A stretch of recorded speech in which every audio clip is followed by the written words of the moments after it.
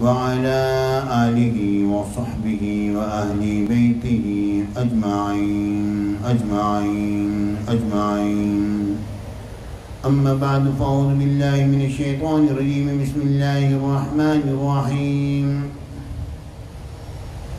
ولا تقولوا لمن يقتل في سبيل الله أموات بل أحياء ولكن لا تشعرون صدق الله العظيم وصدق رسوله النبي الكريم الأمين وإن الله تعالى عز وجل قال في شان حبيبي مخبرا وآميرا إن الله وملائكته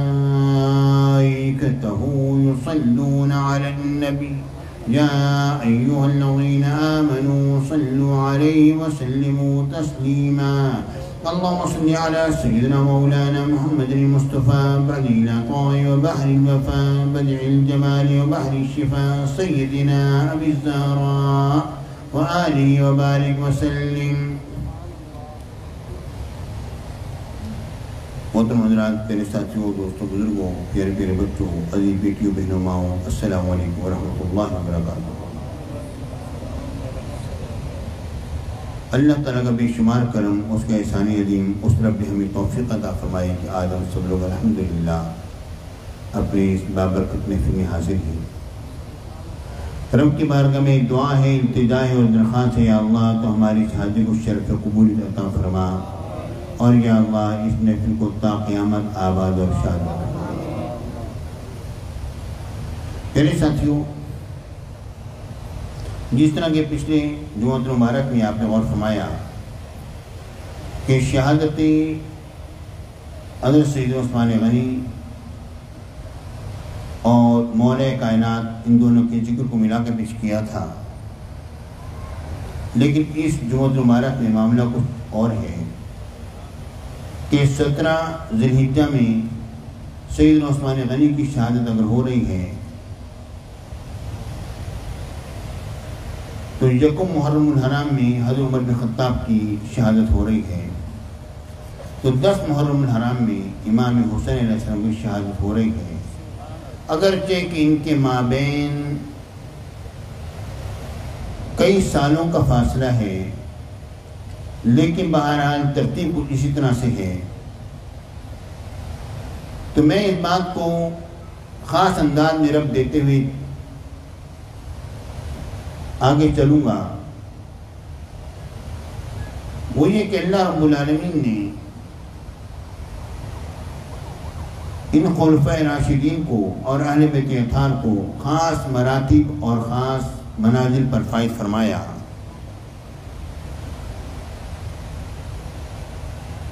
سیدنا عمر بن خطاب رضی اللہ تعالیٰ عنہ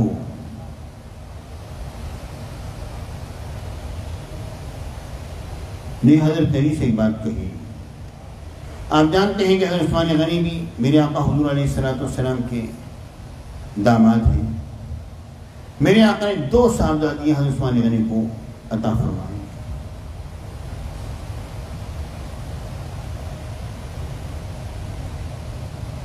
اس لیے ان کو ذو النورین کہا جاتا ہے، 2 نوروں والے، 2 نور والے.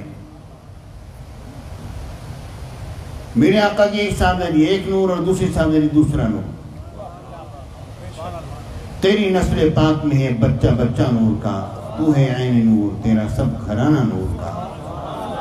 حضرت عثمان غنی ذو النورین ہیں.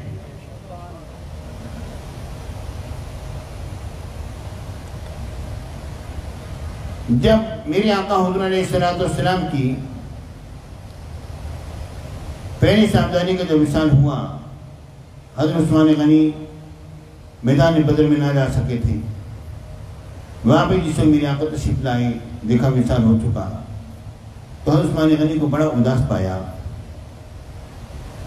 کہا اے عثمان کیا وجہ ہے؟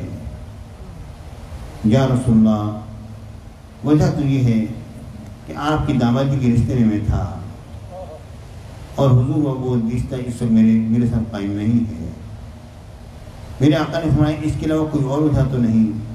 یا رسول اللہ، صرف آپ کے ساتھ ایک رشتہ داری کا جو معاملہ تھا اس وجہ سے میں اداس ہوں اور میں بے چین رہتا ہوں. میرے آقا نے اپنی دوسری صاحبزادی ان کو عطا فرمائی. اور جب دوسری صاحبزادی کا وصال ہوا تو میرے آقا نے فرمایا میری اگر 40 بیٹیاں ہوتی تو ایک ایک کر کے میں عثمان کو دے دیتا۔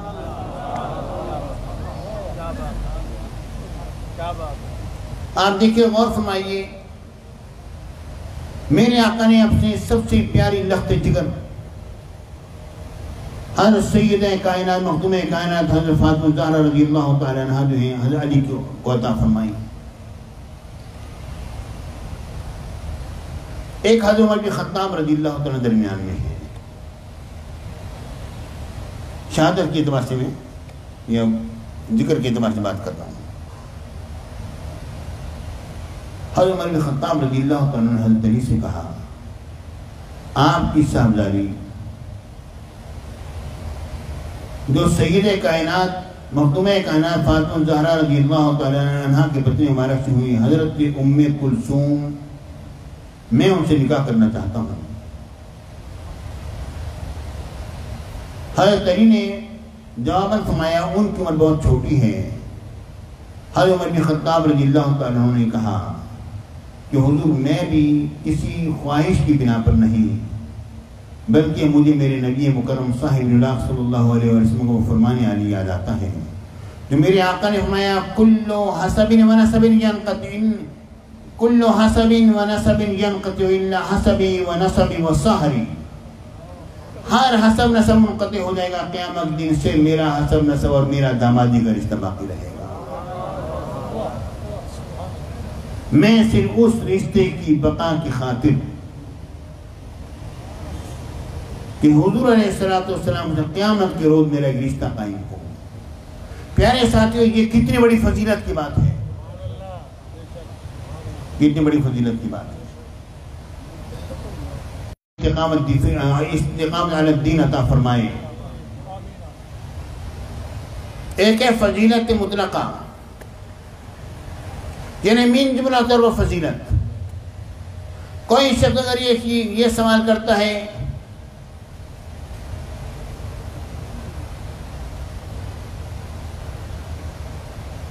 من هو الذي هو افضل البشر بعد الانبیاء بالتحقیق، کون ہے وہ جو کہ انبیاء کے بعد سب سے افضل ترین ہستی ہے؟ جواب میں آئے گا ہوا ابو بکر بن صدیق، ابو بکر بن صدیق من جملہ طور پر۔ دیکھیے سیدنا صدیق اکبر رضی اللہ تعالیٰ عنہ کو ایک ایسی فضیلت حاصل ہے، جب یہ سب سوال کیا جائے گا تو جواب میں سیدنا صدیق اکبر کا نام آئے گا۔ اگرچہ سیدنا صدیق اکبر رضی اللہ تعالیٰ عنہ میرے آقا کے داماد نہیں ہیں، داماد ہونے کی فضیلت یہ الگ چیز ہے، یہ مولا کائنات کو حاصل ہے، حضرت عثمان غنی کو حاصل ہے۔ لیکن جب من جملہ طور پر بات کی جائے گی تو جواب ایک ہی آئے گا، وہ کون ہیں جو انبیاء کے بعد افضل ترین ہستی ہے؟ وہ سیدنا صدیق اکبر کا اسم گرامی آئے گا، اور بعض وجوہ کے اعتبار سے فضیلت ہو جاتی ہے، جس طرح کہ حضور کے دامادی ہونے کا رشتے کی فضیلت جو ہے وہ حیدر کرار کو حاصل ہے نہیں ہے، حضرت عثمان غنی کو حاصل ہے۔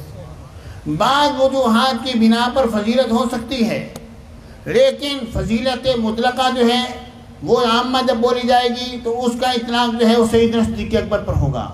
اور ایک ہے فضیلت من کل الوجوہ، ہر وجہ سے فضیلت ہو۔ پیارے بھائیو، اس کائنات میں وہ صرف میرے آقا کی ذات اقدس ہے، کسی اور کی ذات نہیں ہے۔ مخلوق میں صرف میرے آقا کی واحد ذات ایسی ہے جنہیں کہ فضیلت مطلقہ بھی حاصل ہے اور ہر وجہ سے فضیلت حاصل ہے، کیونکہ فضیلت وہ ہے جو دامن مسوا سے لگ گئی تو فضیلت ہے، اور جو چیز دامن مسوا جدا ہو جائے تو وہ عیب بن جاتی ہے۔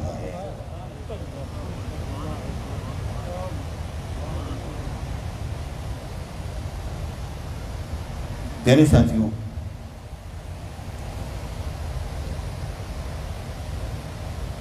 اب فضیلت من بعد الوضوء ہوتی رہتی ہے۔ اب ہم اسی پر گفتگو یہ لیتے ہیں، کیونکہ میں نے یہ وعدہ کیا تھا آپ سے کہ اس موقع پر مولا کائنات کے بارے میں کچھ بات عرض کروں گا، اور انشاءاللہ حضرت سید عمر بن خطاب رضی اللہ تعالیٰ عنہ پر اگلے جمعے میں بولا جائے گا انشاءاللہ، کیونکہ یکم محرم الحرام میں آپ کی شہادت ہوئی تو 4 محرم الحرام کو جمعۃ المبارک ہو رہا ہے، اس میں انشاءاللہ بولا جائے گا۔ اس کے بعد پھر حضرت امام حسین علیہ السلام پر انشاءاللہ جس طرح ہمیشہ ہوتا ہے وہ بولا جائے گا۔ پیارے بھائیوں، بعد وجوہ کی بنا پر فضیلت کا ہو جانا، اب میرے آقا سرکار مدینہ سرور سینہ صلی اللہ علیہ وسلم نے فرمایا غزوہ خیبر شروع ہے، میرے آقا نے اس کے بعد قلعے فتح فرمائے، لیکن بڑا جو اس کا قلعہ ہے وہ فتح نہیں ہو رہا تھا، حملے ہو رہے تھے مسلمانوں کی طرف سے۔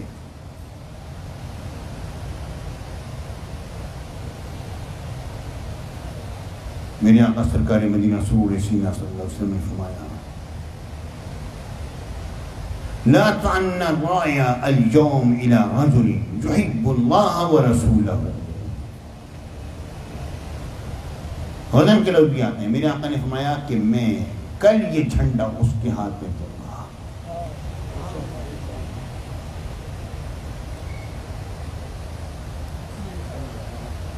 کل یہ جھنڈا اس کے ہاتھ میں دوں گا جو اللہ اور اس کے رسول سے محبت کرتا ہے۔ دوسری بات میں آتا ہے اللہ اور اس کے رسول سے محبت فرماتے ہیں۔ پیارے بھائیوں، وہ وقت صحابہ کرام پر بڑا کڑا وقت تھا، ہر صحابی کی خواہش کاش کہ وہ جھنڈا میرے ہاتھ میں آ جائے۔ پیارے بھائیوں، سید عمر بن خطاب رضی اللہ تعالیٰ عنہ جیسی ہستی وہ یہ فرماتے ہیں کہ میرے دل میں کبھی یہ خواہش پیدا نہیں ہوئی کہ میں کبھی سپہ سالار بن کر اور میرے سامنے آؤں، کہ جھنڈا میرے ہاتھ میں تھمایا جائے، مگر حضور علیہ السلام کی اس فرمان عالی کے بعد پھر کیا میری کیفیت کیا تھی؟ فاستشرفت لها، میں بھی اس پرچم کو حاصل کرنے کے لیے نگاہ اٹھا کر گردن اٹھا کے حضور کی طرف دیکھا کرتا تھا، شاید حضور میری طرف اشارہ فرما دے۔ فتصاورت لها رجاء ان ادعى لها، میں اس پرچم کی خاطر بار بار اپنے چہرہ حضور کے سامنے کیا کرتا تھا کہ شاید مجھے میری پکار پڑ جائے، کیونکہ یہ ایک مہر لگ رہی تھی کہ اللہ اور رسول کے رسول کو محبوب ہے اور محب ہے۔ اس کا مطلب یہ نہ لیا جائے کہ جی حضور علیہ السلام نے فرمایا کہ کل جھنڈا اس کے ہاتھ میں تھماؤں گا جو اللہ اور اس کے رسول کا عاشق بھی ہوگا اور محبوب بھی ہوگا، میں نے من جملہ طور پر بات کر دی۔ باقی صحابہ کرام میں خصوصیت نہیں تھی، یہ بات نہ کہی جائے۔ اس کی وجہ یہ ہے جب میرے آقا حضور علیہ السلام نے فرمایا 10 صحابہ کا اکٹھے رہ گیا، ابو بکر فی الجنہ، عمر فی الجنہ، عثمان فی الجنہ، علی فی الجنہ، طلحہ فی الجنہ، زبیر فی الجنہ، عبیدہ بن جراح فی الجنہ، میرے آقا نام لیتے چلے گئے۔ اور حضور علیہ السلام نے میرے آقا نے ایک مقام پر فرمایا ان الحسن والحسین سیدا شباب اہل الجنہ۔ اس کا مطلب یہ نہیں ہے کہ باقی سارے صحابہ جنتی نہیں ہیں، اس کا مطلب یہ نہیں لیا جائے گا کہ ان کے علاوہ کوئی اور جنت میں نہیں جائے گا۔ یہ اصل میں ایک مہر ثبت ہو رہی ہے جنتی ہونے پر۔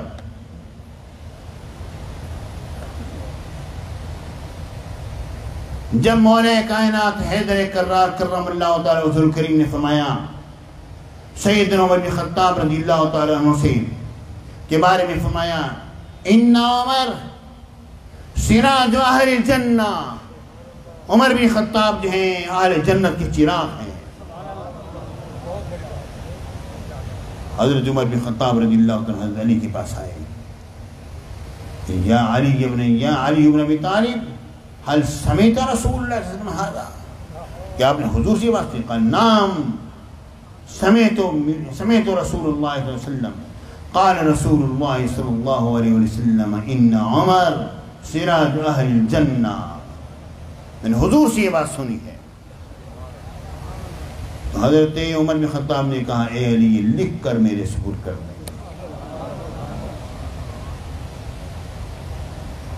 حضرت علی نے وہ لکھا اور لکھنے کے بعد عطا فرمایا۔ حضرت عمر بن خطاب نے فرمایا جب میرا وصال ہو جائے تو میرے کفن میں اس کو رکھ دینا۔ اس کا مطلب یہ نہیں کہ کوئی اور اہل جنت کے چراغ نہیں۔ حضرت عمر بن خطاب رضی اللہ تعالیٰ عنہ اگر چراغ سید صدیق اکبر اور طریقے اور چراغ ہیں اہل جنت کے، حضرت علی بھی چراغ ہے اہل جنت کے، حضرت عثمان غنی بھی چراغ ہے اہل جنت کے۔ میرے ساتھی وہ وقت بڑا عجیب وقت تھا جب میرے آقا نے فرمایا کل یہ جھنڈا فتطاول القوم، پوری قوم گردن اٹھا اٹھا کر دیکھتی تھی۔ فتطاول الناس لها ومدوا اعناقهم، لوگ گردن اٹھا اٹھا کے دیکھا کرتے تھے اور اپنے گردنوں کو اوپر کر کر کے اس تمنا سے کہ کاش کہ ہمیں پکار لیا جائے۔ ہر شخص کی یہ تمنا ہوتی تھی۔ میرے آقا حضور علیہ السلام نے یہ بات کیوں فرمائی کل یہ جھنڈا اس کے ہاتھ میں دوں گا، یہ بات کیوں فرمائی؟ کوئی بات اچانک کہہ دی جائے نا تو بھول جاتی ہے، کوئی بات اگر اچانک کہہ دی جائے تو بھول جاتی ہے۔ نہیں، آج علی کے عشق مصطفیٰ اور عشق الہی اور محبوب مصطفیٰ اور محبوب الہی ہونے پر میں ان تمام کو ہمیشہ کے لیے گواہ بناؤں گا۔ سب کو یاد رہے گا کہ ہر ایک کے دل میں یہ تڑپ آئے گی، تمنا آئے گی۔ علی کہاں ہیں نا، علی کہاں ہیں یا رسول اللہ؟ ان کی آنکھوں کو تکلیف ہے۔ میرے آقا نے بولا علی کو بولا۔ حضرت علی کے ہاتھ کو پکڑ کے لایا گیا، خود چل کر نہیں آ سکتے، آنکھوں میں ایسی تکلیف تھی۔ میرے آقا نے اپنے لعاب دہن کو حضرت علی کی آنکھوں کو پلایا۔ بس پھر کیا تھا، جس آنکھ پر لعاب دہن مصطفیٰ لگ جائے۔